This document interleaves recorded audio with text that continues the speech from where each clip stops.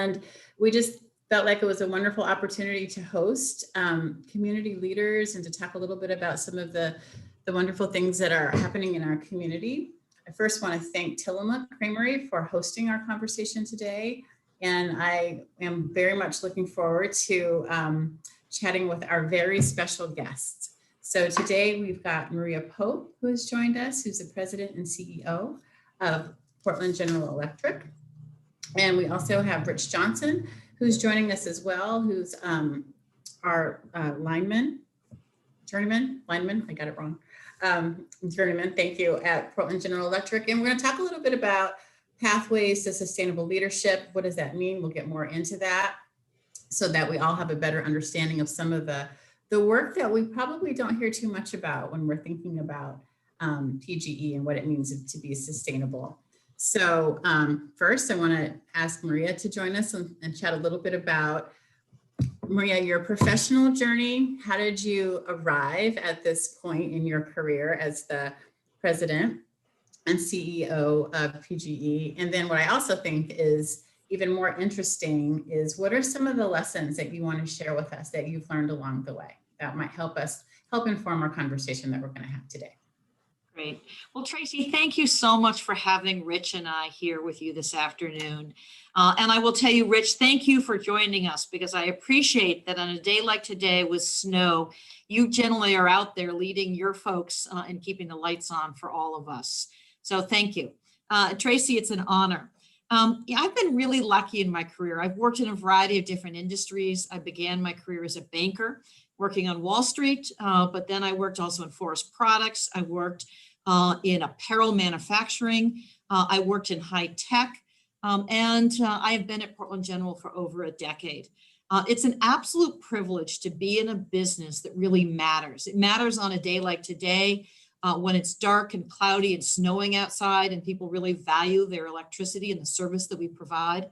But it also matters in terms of being relevant, in terms of social issues that are taking place in the forefront of our society, whether it's global warming and addressing a carbon-free future, or whether it is really being inclusive and leading an organization and a large corporation that truly is inclusive of all different sorts of people, their professions, and making a difference in our communities and for our customers. I've had a couple of lessons on my journey. The first one is to earn a seat at the table. And I did that really through the financial function.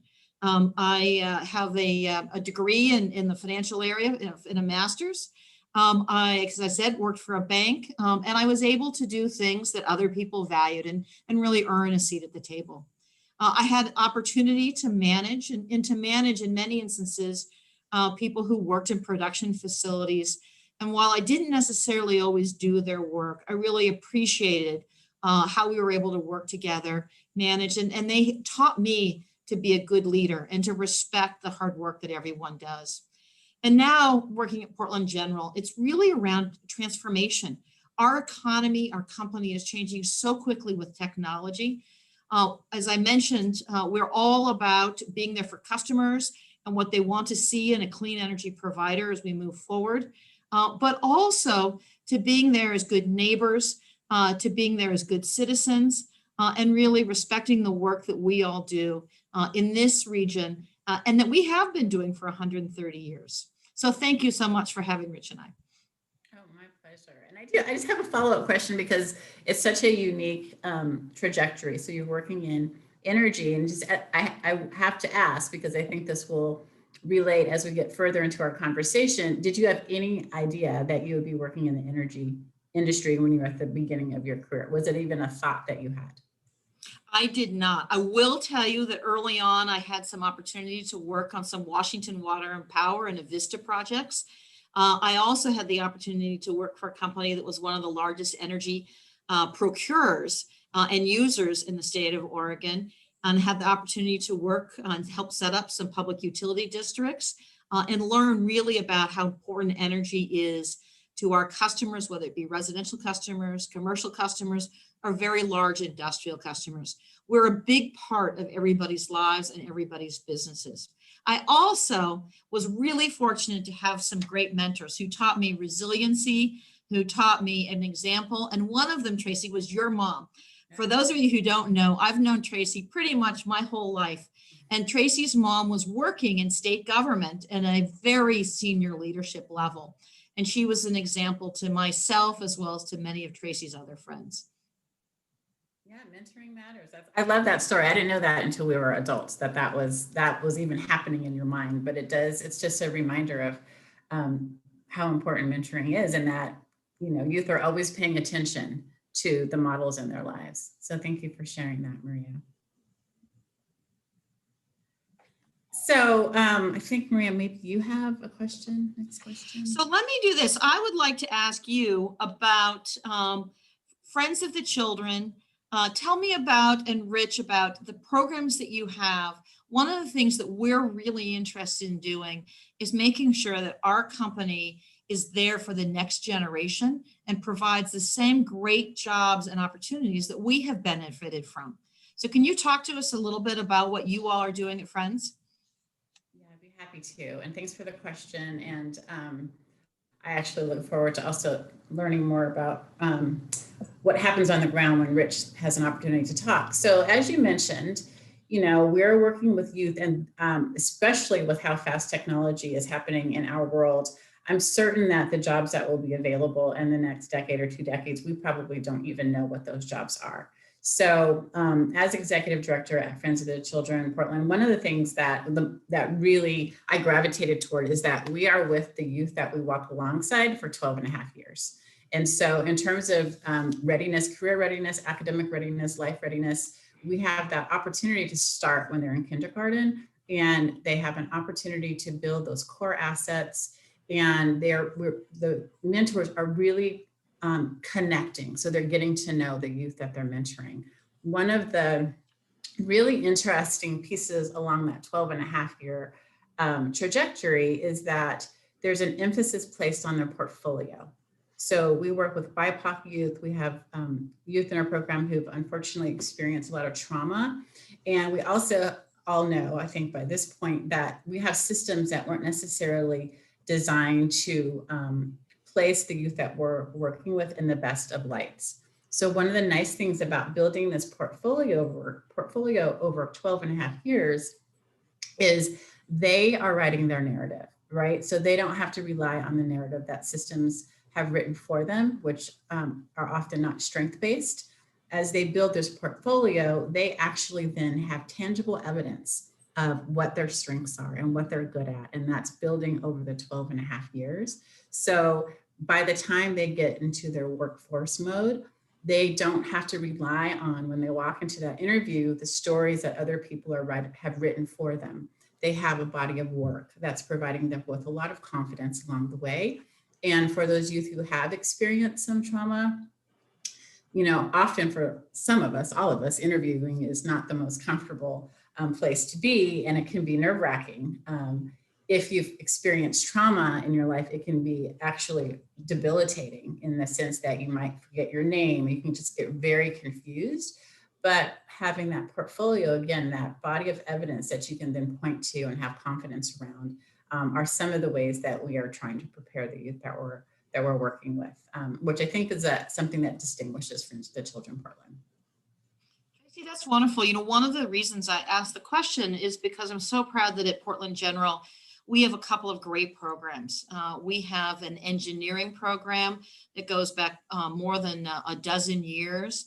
And many of those individuals, almost half, are from the Black, Indigenous, Hispanic communities, and about 20% actually are women. And most recently, I'm so proud of the work that we've done in launching Project Zero, which brings jobs to people who may not be in school or who may not be working, to get them to understand what really a zero carbon and renewable and sustainable future looks like, and helping place them, not necessarily just with Portland General, but also with other organizations that we partner with across the city and the state of Oregon. So knowing how well you prepare kids for opportunities and careers is really important. Let me also, for those in your organization who may not be gravitating towards numbers and may want to work outdoors in a really challenging field, I'd like Rich to spend some time talking about his career. Rich has been a lineman for over 30 years. We were just talking about one of his favorite things in high school, and it was sports. He decided not to attend college, even though he had a full sports driven scholarship, but rather to go into the trades. And he's risen through the ranks and was responsible for a good portion of Portland General's area, as well as a lot of people, and was truly, truly keeping the lights on every day. So Rich, you want to describe what are your favorite things about you do in some of your journey? Oh, Rich, you're on mute.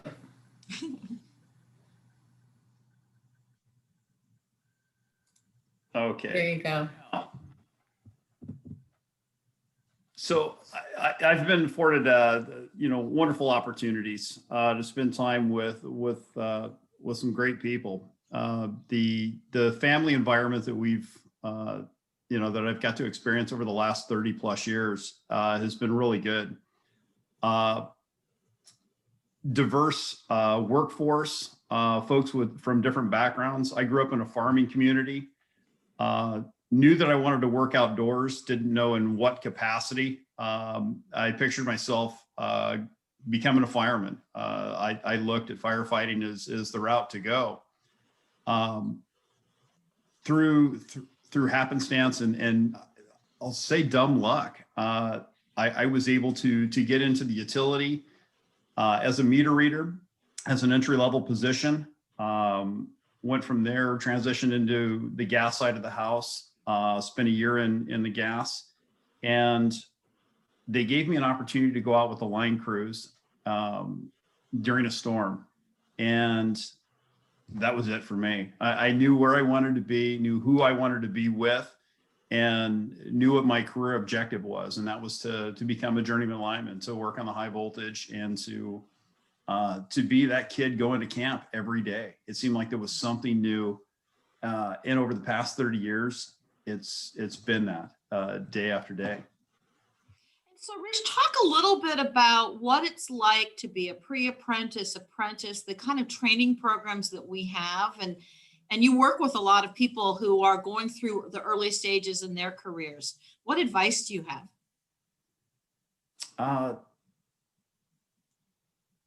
I guess just stay cut in, have ambition, and keep an open mind. The folks that are training you, they've been doing this for a long time. And if they know that you're engaged and that you're committed to what we're doing, they will take you under their wing. They will show you everything you need to know to be successful. The last thing they want to see is anyone get hurt and anyone fail. Those are two things that we take very serious in this line of work. Our head's always on a swivel. We're out in the elements. Like today we have snow, but we face all the elements on a daily basis. Our head's always on a swivel. We're watching for the unknown. Whether it be traffic, whether it be pedestrians. We're looking out for one another. We're looking out for the public, and it's great. It's a great field to be in. It's interesting. And a lot of us have come to respect the role of essential service provider in a whole new way during the pandemic, with so many kids going to school over the computer and Zoom, people's livelihoods now being driven by working from home. And there's also a lot of additional tension in families with a lot of unemployment and other issues. When you think about your day, what is it that really excites you in getting up every day? And tell me a little bit about kind of how your day goes on. I recognize how fortunate I am, in the career that we're in, that we've been deemed essential employees. The course of my day is, it changes. It changes with the first phone call in the morning. We come in with the best laid plan. We think we've got this script set up on how our day is going to go. And with the first phone call, life is upended and we adapt. It's fun. It really is a challenge. It's neat seeing our folks come together, and they're all of that same type of experience.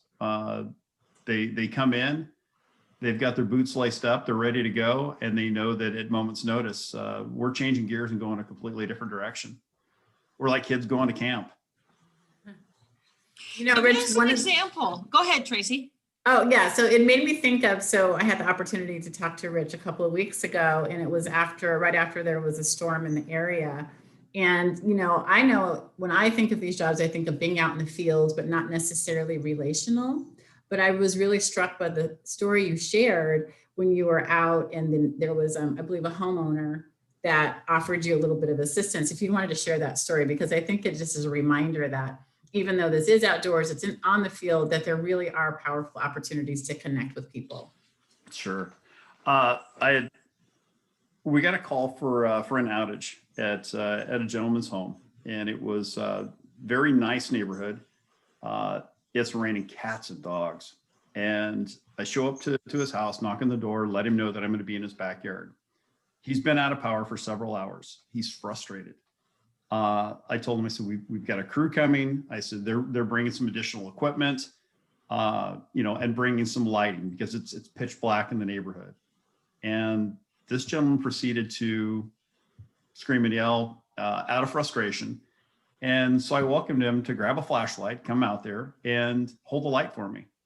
So he comes out in his bathrobe, his slippers, and he's standing there. And again, it's raining cats and dogs. I climb the pole. I'm maybe up there 15 minutes, clearing a limb, making some connections, and then re-energizing the transformer. I came down off the pole. This poor guy is soaked like a rat. And all he did was thank me. I ran into him probably 6 months later in a Starbucks. He remembered who I was, thanked me. And that word of mouth, him sharing those stories with his neighbors of what it was that he got to experience, he gained a whole different appreciation for what we do. Just being out there and seeing the stuff that we do. And he knew this was a small fraction of the number of outages that we were faced with. But it was nice to get that recognition. That's really nice. Rich, give us some examples of other work that your crews are doing as we speak with the snow, or when you think of just recently when you're talking with Tracy, and we had a really big storm and almost 100,000 customers out of power, and how quickly you restored all their power. So we're working everything from transmission poles, which is the large high voltage poles, to our medium distribution, which is 50-foot, 60-foot poles. A lot of limb related activity where trees had come down, limbs had come down across them and caused outages. But accessibility was a challenge as well. So there were not only the crews that we had on our property, we were working hand in hand with vegetation, with ODOT, with State Patrol. We were shutting down the highway in order to get power lines back up. We faced many challenges, and it's something that isn't new to the guys that or the employees that I work with. It's kind of the day in the life with them.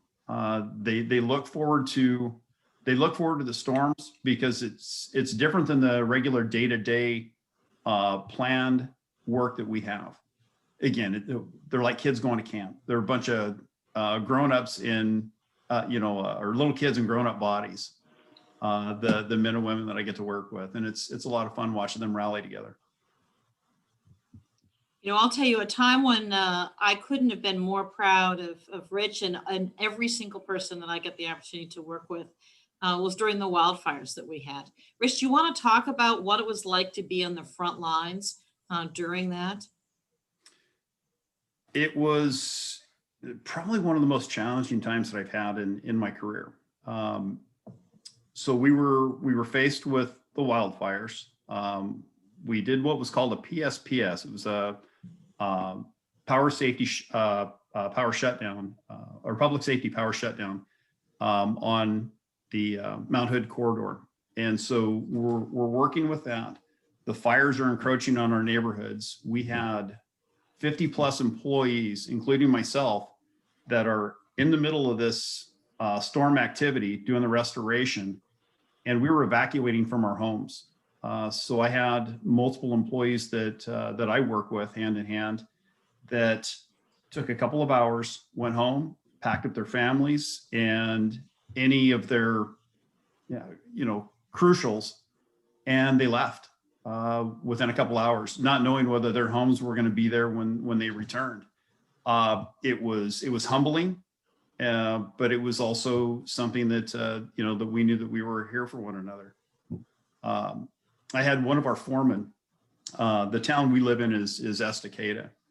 The fires were encroaching on Estacada at a rapid rate, coming up the 224 corridor by Clackamas.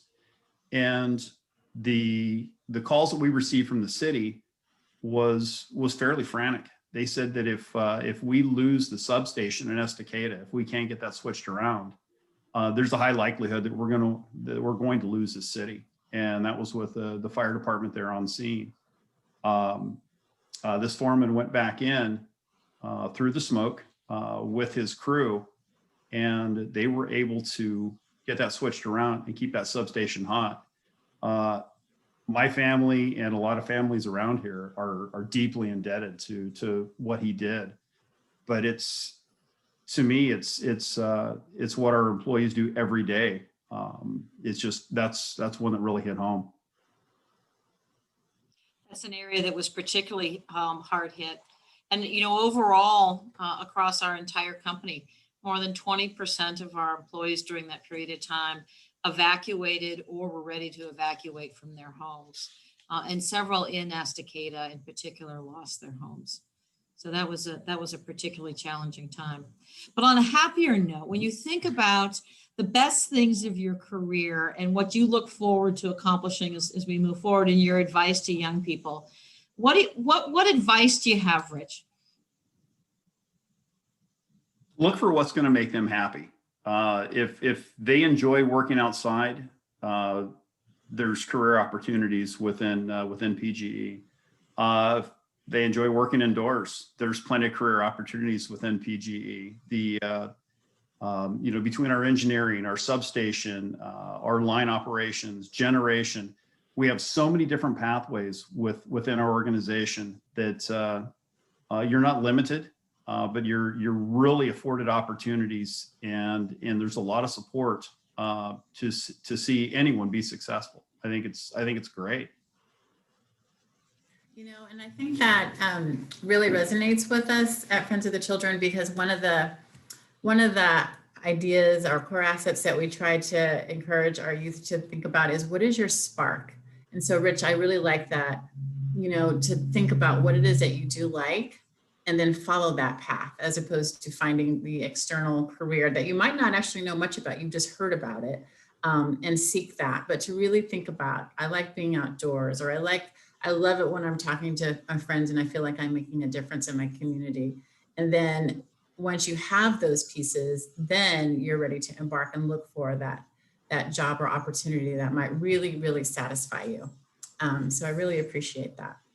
Sure. And there's a lot of my coworkers that share similar philosophies that I possess. To me, it was a huge milestone to become a journeyman lineman.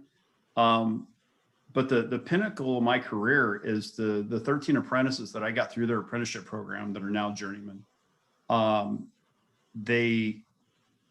We've all kind of stayed close together as, in a cohesive environment. We're a phone call away from one another.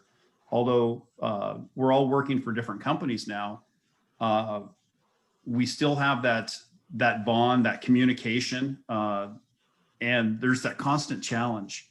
I challenge them as apprentices to learn their standards, to be better, better employees, to know the ins and outs of what it is that we do. And they love calling. And this has been the last 20 plus years now. They love calling and grilling me, asking me questions, seeing if I remember this stuff. And it almost turns into a trivia game, but it's a lot of fun. I love it. Well, I have another question for Maria. So I think, we're looking at what Rich does. He's out in the field, and Maria, you're president and CEO, you're executive, but I suspect, Maria, that you spend a good amount of your time out working with the folks who are linemen and journeymen. And I just wanted to hear a little bit more about that, because I think it's also a little non-traditional. It doesn't have to be one thing or the other. I think you're right. And quite frankly, that's where the important work is done in our company. And I think any company is really on the front lines. And so whether we're generating power, whether we're transmitting it, or whether we're making sure that it gets to customers safely, that really is the core work that we do. And then also helping customers through our call center, through other programs that we have, make sure that they're comfortable and understand the service and products that they want from us. I would also say that I get to work with Rich. The other day we were talking, not late into the evening, but definitely way after hours. And Rich was dealing with an underground vault that required shutting off the entire west side of TriMet's line. So you never know when you get to work together. So it's one of those things where in restoring power, we relied on good relationships and our neighbors at TriMet, and we all worked together to get the power back on. We did take out the trains for a couple of hours and then restored them back. But I think one of the things that I'm constantly humbled by is the interconnectedness of all of the services that we provide and all of the work that we do. And so at one point in time, I might be talking to attorneys and financial people, and the next time it might be someone at TriMet, and I'll get off the phone and talk to Rich, or just text him, and we'll go back and forth. I'll walk down the hall and find out what's going on. And I think that, just like Rich said, that what makes our lives really rich is the different things that we do, but with a purpose of serving our customers and being there for our communities.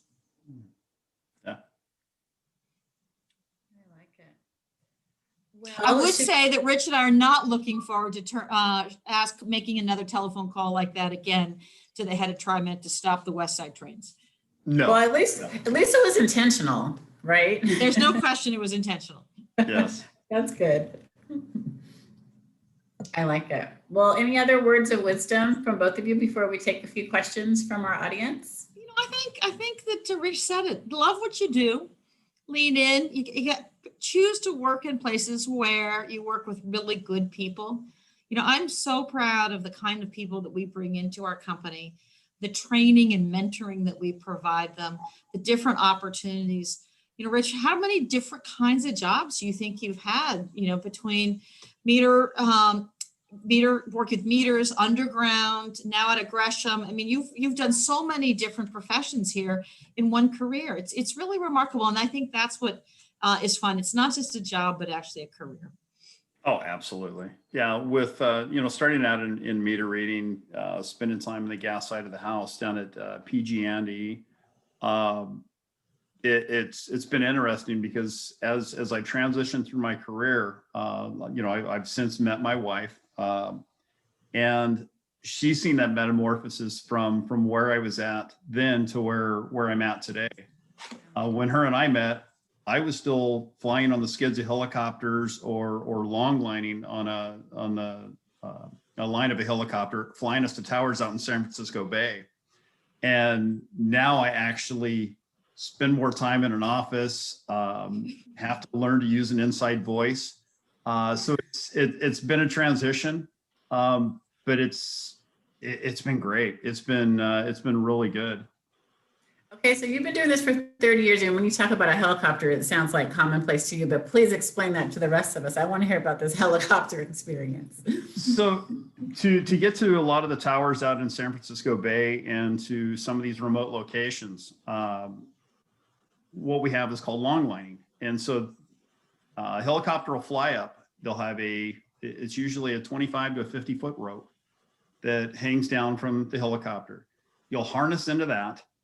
They will pick you up. They will fly you out to the towers, drop you, and then come back and bring your rigging and things like that to you. It is a kick in the pants. It is a e-ticket ride. You know, I love telling the story. My wife didn't really understand how I could do what I do until we went to Whistler and we went up and went zip lining. There were 10 of us on the platform. They asked who wanted to go. We watched 8 people step backwards, and I told them, you know, let's go. I said, trust your equipment, you'll be fine. And it's the same thing that I've told, you know, hundreds of people now. You know, trust your equipment, you'll be fine. If you've inspected your equipment, you're going to be okay. She clipped in, and we took off. The first third of the way down the zip line, she screamed. She went silent. I spin around and I look at her, and she's got a smile from ear to ear. We get all the way down to the bottom of I think it was 7 lines that we rode that day. We got down to the bottom, and she looks at me and she says, I get it. She goes, I understand why you're wired the way that you are. It's that challenge. It's that push, that adrenaline rush. And it really is a lot of fun. So not only if there are youth out there who feel like they want to work outside, if you like zip lining, if you like rides at Disneyland, this may be the field for you. Oh, sure. And even if you don't like quite the same elevation, a bucket truck will do it as well. Yes, absolutely. Flying a bucket can be fun. Yeah. Okay, so I have a couple of questions coming in the chat. So the first one, probably for you, Rich, are what kind of classes would you recommend that young people take to prepare them for careers in the trades or another emerging field at PGE? It's good to take math classes. If you can take any electrical theory classes is good. It's not necessary. There are lineman colleges that you can go to. Northwest Lineman's College is a good one. I've had a few apprentices that have come through there. It gave them a basic fundamental understanding of what line work is. They'll teach those folks how to climb, how to wire transformers, basic electrical theory, and it developed a fantastic fundamental understanding for them coming into the trade to give them that leg up. And each one that I've seen come in has actually been fairly successful. Thank you. The next question is about leadership. This is a good question. So I think sometimes we have a very rigid definition of leadership in our community. And so the question is, do you have any advice for youth who may not see themselves as that traditional leader in our society, and how can they step into leadership in the trades fields with maybe a non-traditional way of looking at leadership, which in my opinion, ultimately everyone is a leader. It's whether people are going to recognize it as such. And I just wondered if you had any insight about how they might stand out in ways that are not necessarily embraced in our society. Oh, Tracy, I couldn't agree more. Everyone has leadership qualities. It doesn't need to be the most vocal person in the room to be a good leader.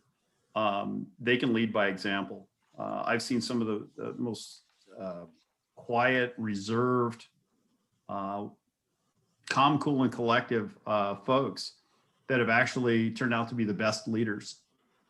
You know, I had told you the story how I'd become I got an opportunity to become a troubleman. And it wasn't by being the loudest. It was by assessing the situation, looking around to see what the challenges were, and just stepping up and taking action. And that was something that was kind of driven home to me by folks that were those types of leaders.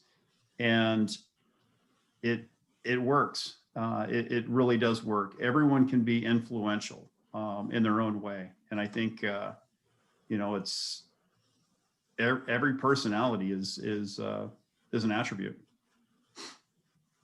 You know, I think one of the things that is really fortunate about our company is that we have so many different kinds of leaders. and people who really are expert in their field, and they make great decisions every day. And each one of those people are leaders in terms of safety, in terms of productivity, in terms of making a difference for customers.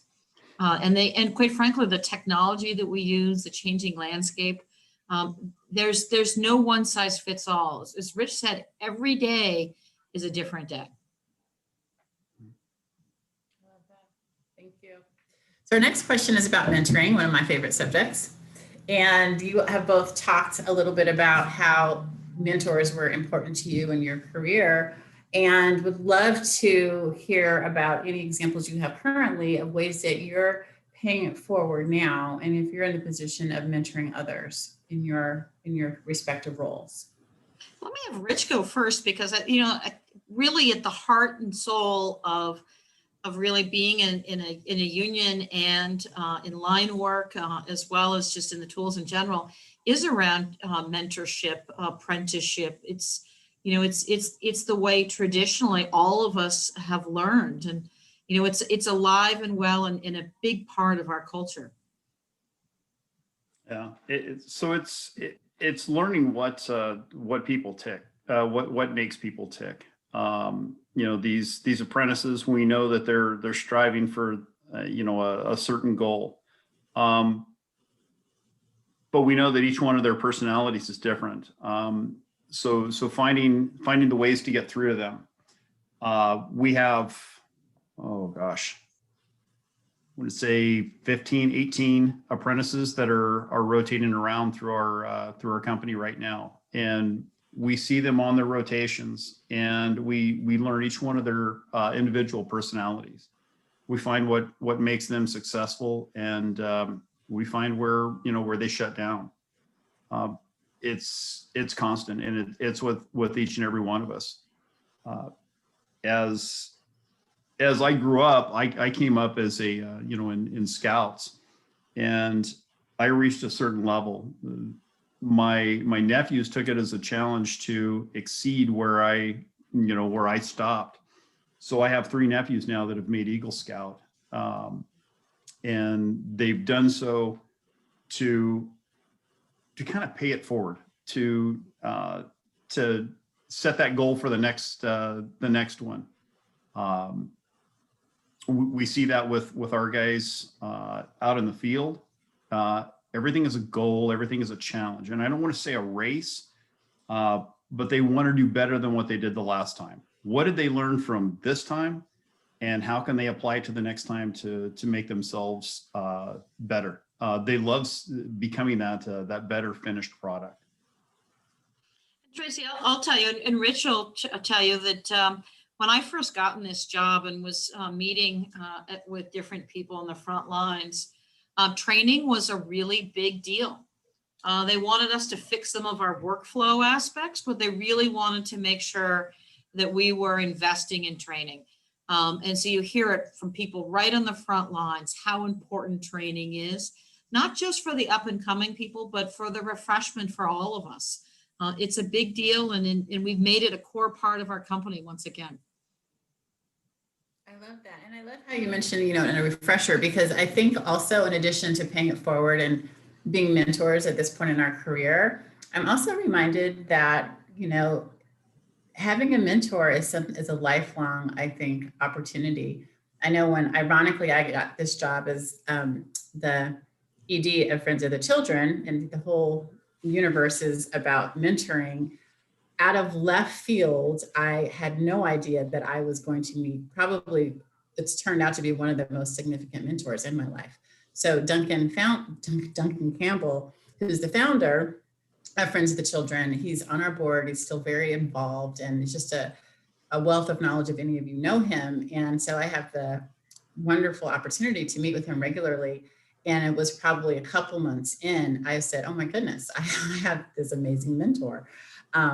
At this point in my career, when I'm thinking about trying to provide mentorship opportunities for all of the youth in the program, it's still, we all benefit from having mentors along the way. So I do think it goes both ways, which is lovely. I think it's also really important to recognize that mentorship isn't something that's sort of a hierarchical junior to senior person or whatnot, but that, my view is that I learn the most with the people who are closest to the work. And when we stop and listen and really think about how to make things better. And people feel free to give you a call, to ping you and say, have you thought about this or that? And it's really interesting. If you just ask, people know. And they're more than willing to share, and it then creates an environment where people feel more comfortable working together, and certainly it improves overall safety. So another question. So this is a great one. Thanks, Annalise. So in our society, our very fast-moving society, we've got phones. There actually are so many possibilities for youth to do. I think that it can be hard for them to hone in on a particular interest. So I wondered if you all had any advice for youth who there actually are too many options, and to how to help them pare down some of the wonderful opportunities, and how to kind of settle in on a specialty or expertise. If you have any suggestions along those lines, when there's just so many opportunities out here. Should it be true to yourself? Rich, do you have any thoughts on that? I could chase cars on a freeway. I'm one of those people that I look for opportunities, and there's plenty of opportunities out there. Don't get overwhelmed with trying to narrow your field. There are things that are going to happen in life. You're going to go in with a best laid plan, and things will fall into place for you. You're going to find that, again, I was looking at the fire, going into fire science, and from there, it evolved into where I'm at today, and I have zero regrets. So as you're working through your career path, find something to get your foot in the door, and it'll work out for you. I think that's a great advice, Rich. Just start. Mm-hmm. And start building core competencies and experiences and getting to know people and different types of work. Yeah. And be willing to make a change if it's not the right thing for you. Sure. And you alluded to that with your career. If you were to step back several years in your career, did you think you'd be where you're at today? Nope. But the nice thing is that I've been really fortunate to enjoy the people I've worked with, to feel as if there's value that I can add and make a difference.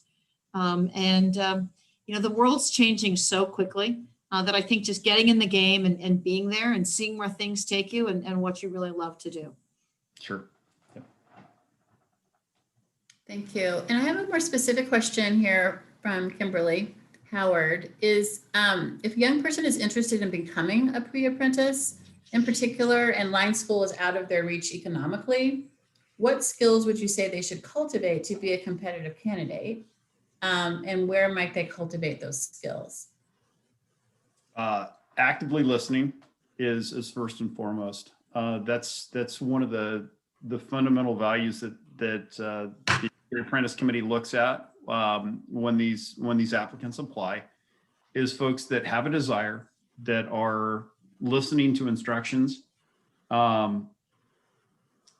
They learn how to, it's hands-on, without giving a bunch of trade secrets away. It's, if they're given an instruction to dig a 3 foot by 3 foot hole square, can they do it? Do they know how to operate a shovel? Can they follow directions? Teamwork. Teamwork is huge. Can they work well with others? Even if they have a difference of opinion, can they work through those differences of opinion? And those are things that are looked at. So I think that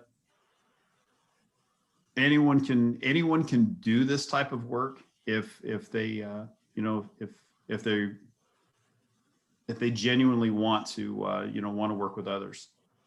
Hey, Rich, one of the things I'm thinking about is a great entry point because you're able to make money as you're learning. and that is working in tree trimming with a company like Asplund or with others. You know, it might not need the same technical requirements, but you can learn a lot of the skills that Rich was just talking about, and they pay really good wages as well. So I think there's a lot of different sort of entry level jobs that people can take, and whether they continue, they want to go on to being on the line side, or they want to do other work. It's nice because they'll get paid for it, and I promise you, it's a growing field. Yes, absolutely. We have flagging outfits. We have, our tree trimmers. We have contractors that are on the property that have apprentices that put folks into apprentice programs through the IBW. So there's plenty of opportunities. And once you do that, the door's open. It's what's next. You have to be looking at that next step. What's it going to take to get my CDL, my commercial driver's license? What's it going to take to get to that next level? And by talking to the folks that you work with, they'll help you. I've yet to see anyone get stonewalled to the point that they wouldn't be successful. If they've got the desire, folks will help them out. Tell me a little bit about how gender plays into how represented or underrepresented women are in the field, and how we might be able to support the girls and young women who might be thinking about this, who may not have the role models or the mentors to help them follow that path. I think that's a challenging area. And this is one where at the same time, there may not be as many examples as we all would like to see. And certainly in terms of working moms, Tracy, when we were growing up, there weren't as many examples as we'd like to see. And I certainly didn't want to be a school teacher like my mother. But I think I do believe that there's some real opportunities of going into a field where there aren't a lot of people like you. And that is that you'll really stand out and you can really make a difference early on. The other is that for women in the trades, there are mentorship opportunities, and there are opportunities across different utilities. So there's a women's group between Bonneville Power Administration, PacifiCorp, ourselves, as well as opportunities that I think are really terrific. I would say that the reason that many women go into the trades is not because they want to be examples for a lot of other women. And so many of them like to keep kind of a low profile because they really just enjoy the work and want to be part of the team. Thank you. I would agree. We have one female apprentice right now that I would pin her against anyone. She's top notch, and one of the best line drivers I've had, operators. She came in. She was actually, when we were down in California, she was working at a bagel shop right outside the apprentice school, and she asked. She goes, "How do I get into the trade?" And so we provided her the information. Provided her a letter of recommendation, based on our interactions with her the first year and a half of our apprenticeship. All the experience and exposure that we had with her was all positive. She was one of those individuals. She was outgoing. She was ambitious. We saw that she took initiative, and she approached us and continued to approach us with getting her foot in the door. She became one of the best operators that I had down in California. And I was really proud to be able to say that I helped her get in the door, but that was all her work. And she excelled. She's still excelling today. There are lots of opportunities for women. Oh, sure. Well, and actually, since we have you here, Maria, because we do have some inequities in our country about gender disparities across sectors, you're in a unique position yourself. You're leading an utility company, and you're a woman. It's not unusual. It's not usual. And tell us a little bit about that, so that the young women. I'm really lucky. I'm the second. In that Portland General, I think, is a company that has embraced diversity, equity, inclusion for years. We have a core set of guiding behaviors, which leads us to sort of how we think and what we do. But Peggy Fowler, who really was the first CEO in the industry, was two predecessors before me. So she's terrific, and she really set an example. But I think she also, created a company that respected diversity across the spectrum. So not just for women, but for African Americans, for Indigenous people, for Hispanics, for people of diverse sexual orientation, you name it. We're a place where if people want to come here and do their best work, we want to have them here. And we want to create an environment where everybody feels included and their voices at the table. We have people who work in call centers. We have people who work in the field. We have people who are represented and work with the union, people who are not. And it's really, that's the remarkable thing about being a utility. You can even work in Eastern Oregon or in Clatskanie, almost by the beach. We have something, I think, for everyone. I love that. Well, thank you. I would also say that we put our money where our mouth is and we measure. So we measure the increase in diversity. We measure how we pay people, whether you are a BIPOC community, female, what level in the company. We measure how we hire, we measure how we promote. So we do things in a really conscious fashion. And I think that's important as we look towards the future. We're transparent and we're intentional. So all of these statistics are all on our website. And since we've been working on it for more than a decade, we're pretty proud of how we show up. But we still know that there's a lot of work to do to be inclusive, to having a place where everyone wants to be, and particularly focus on those who have not felt as comfortable in corporate America, because these are good jobs, whether you're on the front lines or whether you're in corporate. They are great jobs, and we want to make them available and comfortable for women, for people of different racial and ethnicities, different sexual preferences and orientation. We want to be a place where the best people choose to be and where we can attract them to work. I know for a fact you do. I've got some very great friends who work for PGE who are immensely happy. Well, thank you so much, Rich and Maria. Really appreciate you all taking the time to talk about, I think this is not necessarily a sector that gets a lot of conversation, and I'm excited that our youth have something else to think about as they're thinking about their futures and their job prospects. Do you have any final words before we wrap up our program today that you want to share? Well, I'm going to let Rich have the last word, but I really hope that you take to heart the kinds of job opportunities and company that Portland General is. I'm really proud of my coworkers, the work that we do, the opportunities that we create, and we stand on the shoulders of those who came before us in creating a great company over 130 years, but one that will be here doing new and different things into the future. So Rich, what parting words do you have? There's always opportunities. If you feel that that you've run into any sort of a brick wall, don't give up. Reach out to Tracy, reach out to Kimberly, and my phone's on 24/7. I would be willing to talk career paths with anyone at any given time.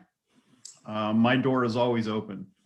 If there was someone that wanted to learn more and we were able to do something with job shadowing, we've done that with youth in the past, and it's been great. Getting them the opportunity to see what it's actually like out in the field, to spend some time in the offices, just to get out and get that experience and that exposure. I'm 100% for it. And again, I'm here because I want to see other folks successful. So, don't hesitate to reach out. Please know that Rich is going to be here for a while because it's still snowing outside. And I am sure that there are calls and power that has gone out for some of our customers that he will be making sure stays on for the balance of the evening. So Tracy, thank you so much for having us. And thank you for all you do leading Friends of the Children. It makes such a difference to our community, to the state, and your leadership is invaluable. Thank you so much, Maria. And thank you, Rich. It's been a delight to spend this time with you. And Rich, I am certain that we have youth that will take you up on your very generous offer. I think experiential learning is really helpful and helps bring all of the things that we're talking about to life. So appreciate that. So I hope all of you have a safe evening. I want to thank Rich and Maria again. I also want to thank Tillamook for sponsoring this Conversation with Friends segment. And we will look forward to seeing all of you at another time, and be safe out there. Thanks again. Safe. Thank you. Thank you. Bye-bye.